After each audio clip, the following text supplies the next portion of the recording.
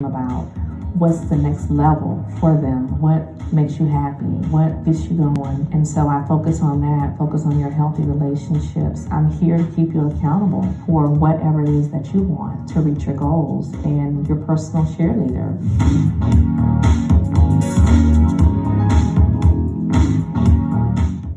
Okay. How many of us can say that I don't look like what I've been through? All right. Raise your hand. Okay. Amen. Thank you. That is how I started speaking on my story. I was actually pending trial and had been indicted. I was arrested and was in maximum security for 30 days 5 years ago. And it was like, oh my God. You're in maximum security, oh my God. Are you okay? I didn't even know people cared about my situation. Because I walked around like my life was perfect. Everybody thought I had this perfect marriage. I was with my husband for 11 years. We had 3 kids. He was friends with the pastor. We were in church every Sunday. First date, church. Okay? Walking, holding hands, leaving the church as he would cuss me out and say, all kind of, stop shaking you in church because I'm in there clapping too hard. Nobody ever knows what you're going through. I actually, right when I met him, I was a DCF investigator, so I used to remove children from the home. I moved on to being a social worker. So I would tell everybody, listen, a young evangelist ain't got nothing on me. I go in, I fix people's lives. I go in the trenches, I go in the drug houses and remove parents from homes that had domestic violence. The whole time I was going through. But I had to walk around and look perfect. You know that thing where, we were talking about take off our Superman cape? Oh, I was the head superwoman. Superwoman. Yeah, had to be perfect. Everybody thought we had the perfect marriage. I got married. Everybody started getting married. Oh, we went down to the courthouse. We're going to the courthouse now. And I was like, girl, I almost didn't turn in that marriage application. I started keeping it in my purse and tear it up and tell them we was married because we had a ceremony. Okay? And sometimes we like the idea of being married. But now, after the ceremony, now you got to do the work. Do you know who you're marrying? Are those red flags out there? There was red flags going on left and right and left. But I was like, God, should I marry him? He came and cussed me out before I even got through planning. But I love him, God. You know how we pray? But I love him. Why you prayed then? So when he gave you the answer, you didn't want the answer. Okay? That was me. Oh, well, it can't get no worse than this. It does. Yes, it does. It went from being on drugs. I was a teacher by this point. I would come home. My husband had started selling dope out of my house. So I was like, boy, I tell you, this is going to be a nice news story when they bust this house. And I'm going to lose everything. My undergraduate degree was in criminal justice. I was going to school to be a lawyer. And I was married to one of the big dope dealers, biggest dope dealers in Orlando. But everybody loved him. He looked so good with these brown eyes and bald hair. You couldn't tell nobody nothing, and you couldn't tell me nothing when I married him. And I stayed with him because I had this idea of what a family, especially black family, because my mom had been divorced twice. And so I had these kids. Every time I got ready to leave, it was like, I don't want to be by myself. I don't want to raise these kids by myself, right? So it was the idea of a family that I was in love with also. I didn't want to admit that I was a failure because remember, I had to be perfect. I didn't want to admit that I had failed. My marriage had failed. We reached out to the pastor. I ain't never getting a call back, but we reached out to him. We thought about therapy. I said, I don't know if I need therapy because, I'm a mental health, case manager, and I thought I knew everything. You don't. Sometimes things are beyond you. And I was even in jail during this period of time giving out referrals because I don't want to think about my issues. I was in there saying, you know what? When you get out, make sure you go to the Center for Drug Free Living. Actually giving out referrals. Wow. because my situation was so big, I didn't even want to tackle it. I preferred to stay in jail versus be released, because then my reality was outside. My husband was actually dead. When I left that house, he wasn't. I found out at the police station that he was dead. I thought they were playing a trick on me. And I said to myself, God, I'm a good person, never been arrested in my life. Why would you allow this to happen to me? I'm a good person. So why not? Show me the flip book, your little flip book of your life stories, all the chances he gave me to leave. And I'm closing the door. Closing the door. Don't we often do that? Gave you a place, didn't have to pay a deposit. You done moved all your stuff in there. Got 2 jobs to pay for it. Found out I was pregnant the last time. Well, I'm just gonna go back and make my marriage work. Maybe this is God telling me I need to make my marriage work. God ain't told you to go back to that foolishness. So stop telling yourself that. How many of y'all have these people, these friends and these co-workers, and they be like, well, because God, no, because you. Just like we said, some of the decisions we make, because we choose those decisions. But like you said, and you, ma'am, as therapist, we had to go back. I went back. I had to tackle where this all began at. That 6th grade when my mom was stabbed by her husband and almost died. A week before that, my uncle had been killed by his girlfriend at 21. Wow. I couldn't cry though. That was middle school. I'm never gonna be like her. Never.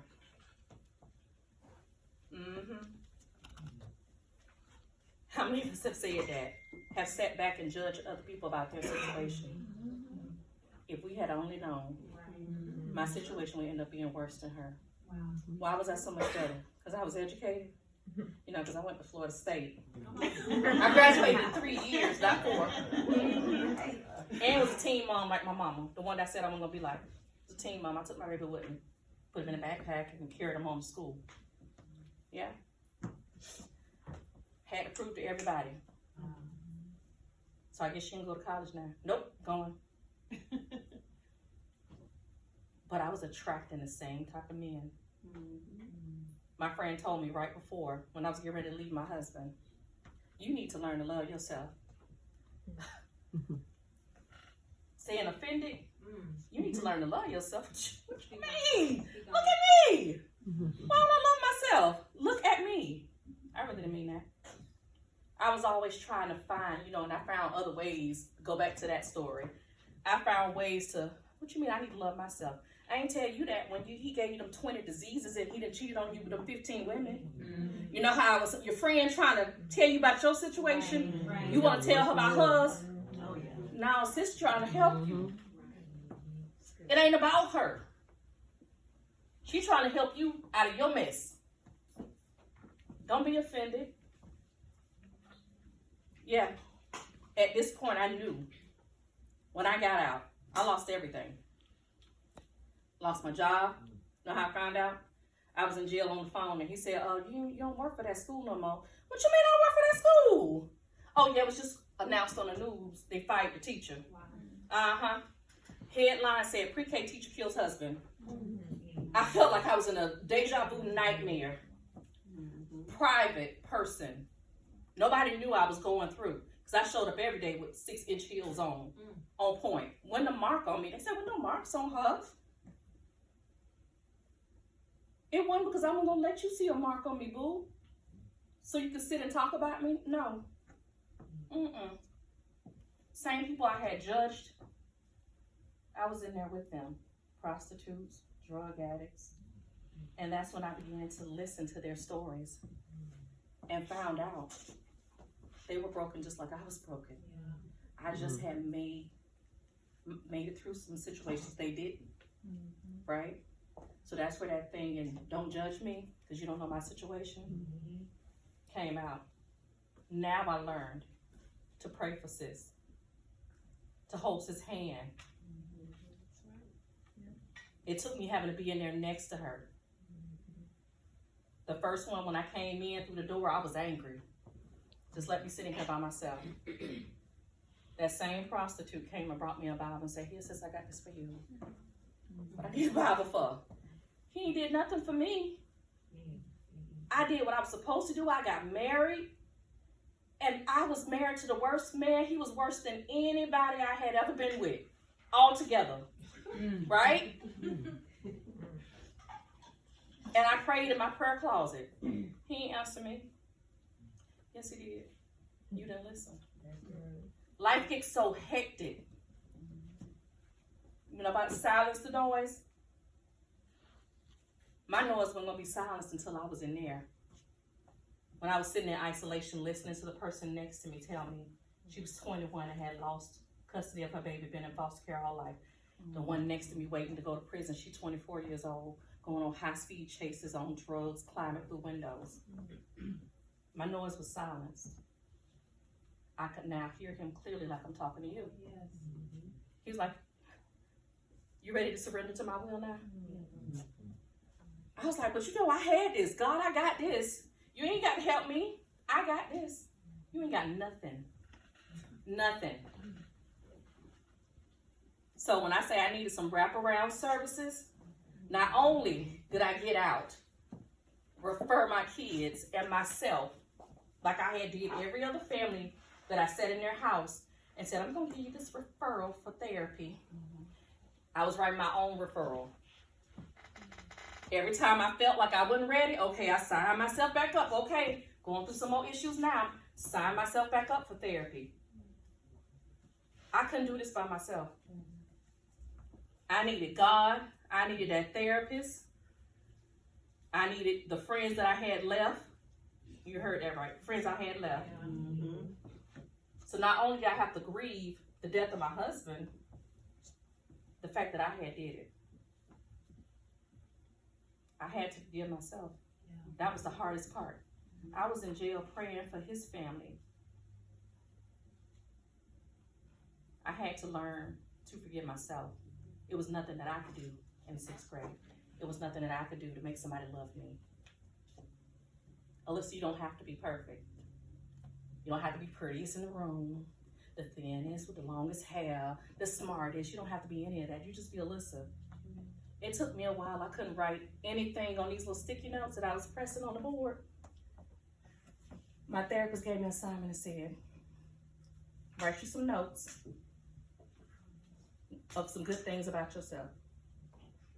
It took me about a week to find something because I hadn't took off all these hats.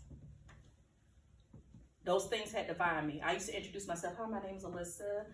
I am a case management with DCF." Why you just can't be Alyssa?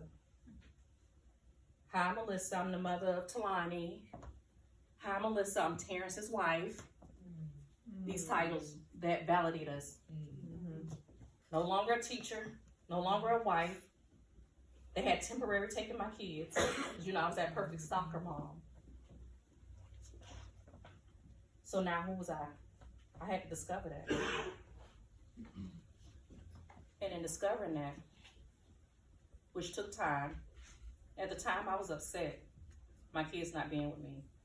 But I needed separation, I need isolation to get my mind right. I had everything else right, but my mind wasn't right.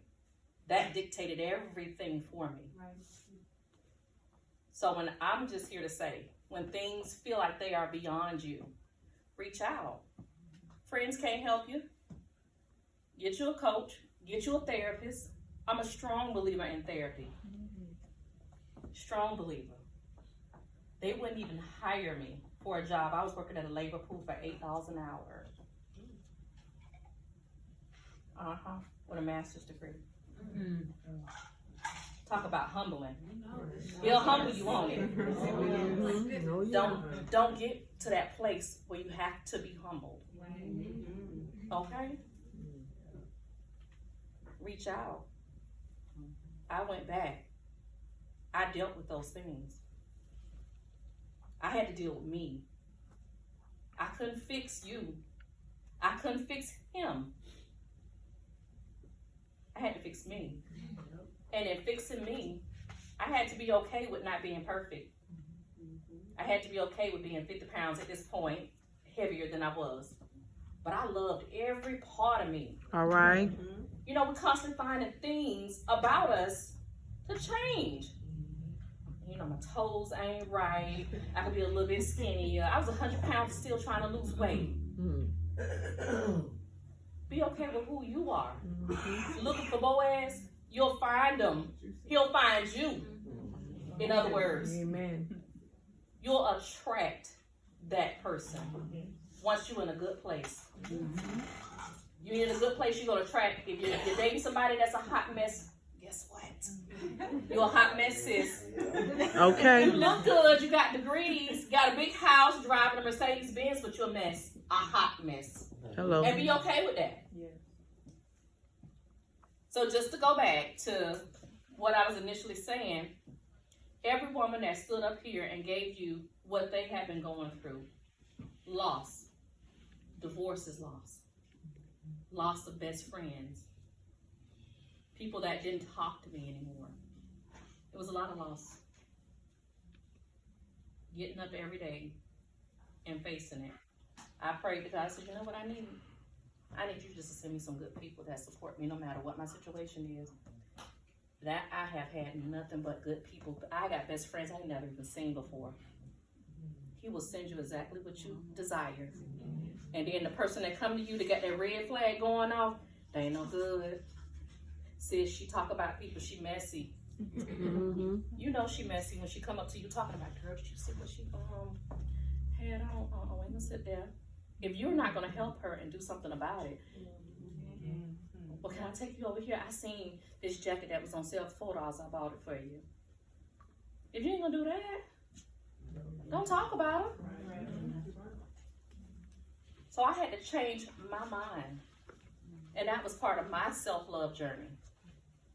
And so now I went from self-love to businesses because I discovered that I no longer wanted to just empower you to get yourself together. I want to give you financial empowerment and to always have it where you don't get fired on the news and have nobody that'll hire you and you sitting here with a master's degree because you've been dependent. I said, Lord, I can't even feed my children. They wouldn't give me life insurance because I was pending charges. Come back when your charges are done. By then, I had high blood pressure. How long you had high blood pressure? How many days I've been in here? 2? Okay, yeah, 2. That's how many days I had high blood pressure. I ain't have high blood pressure before I went in there. Okay, got high blood pressure, and I got all kind of things wrong. But you know what? I got that peace that I was praying for when I was in that marriage. He ain't tell you how he was going to give it to me. I ain't want it like this. But definitely, when you pray for it, just wait on it. It might not come how you want. And when you pray, get those answers. It might not be the answer you wanted. Right. So, that is it. Yes.